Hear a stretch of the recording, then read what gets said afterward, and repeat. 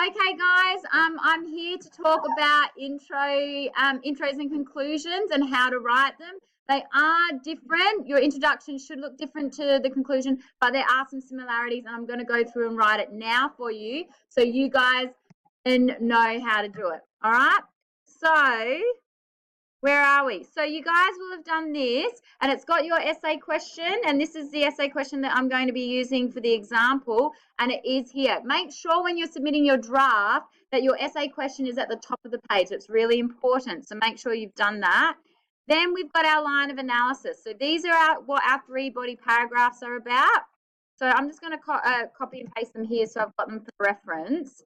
But your essay at the moment, you should have 3 body paragraphs. So you know what your essay is going to be about, and then you'll know how to write your introduction and conclusion.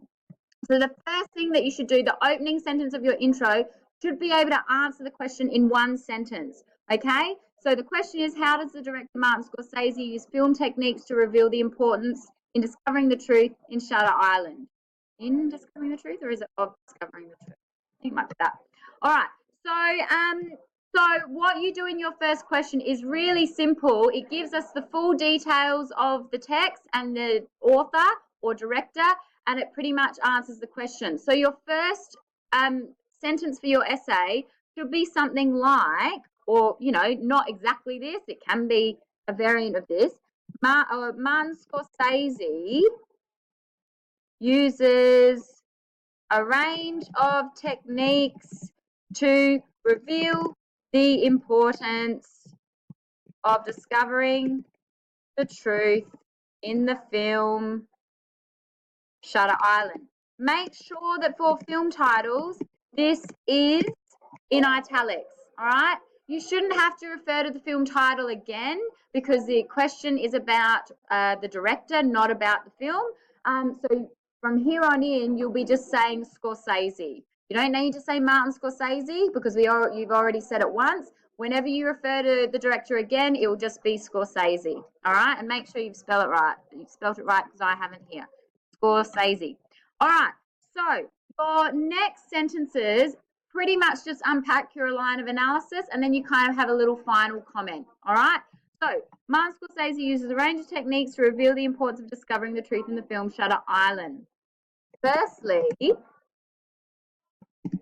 Scorsese uses, I don't need to actually, I could probably copy and paste this, but you want to kind of say what is in that first sentence, but in a different way, okay? So you're not just repeating yourself the whole time.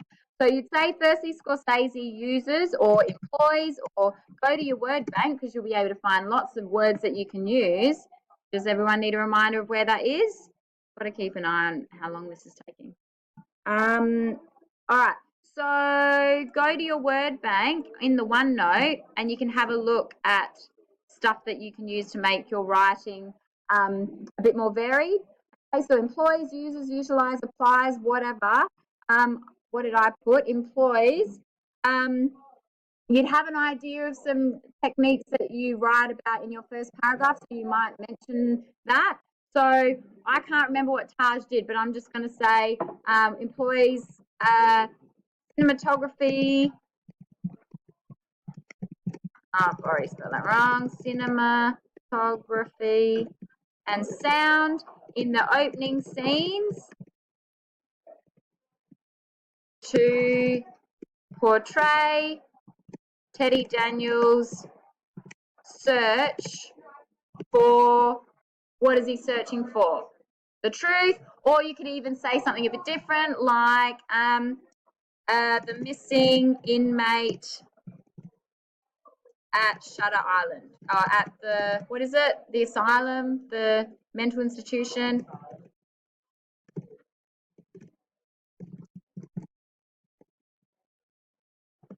All right. Then you would go secondly or additionally, or you would go to your word bank and find some connectives. All right. Moreover, furthermore, you can use any of those words. Shutter Island. Secondly, Scorsese uses, I don't know what techniques you talk about in your second paragraph, Taj, but you might say something like Scorsese uses symbolism and characterization to develop this theme further, showing, have I already said showing? Oh, no, showing how Teddy Daniels learns the truth. And then you might, for your third paragraph, say, moreover, Scorsese uses the, I don't know, resolution of the film to show, I've already said show, so what might I say? I go to Word Bank. I might say something like explore, illustrate, depict, present. I'm going to say present. Uses the resolution of the film to present the importance of discovering the truth. So this is a pretty basic introduction.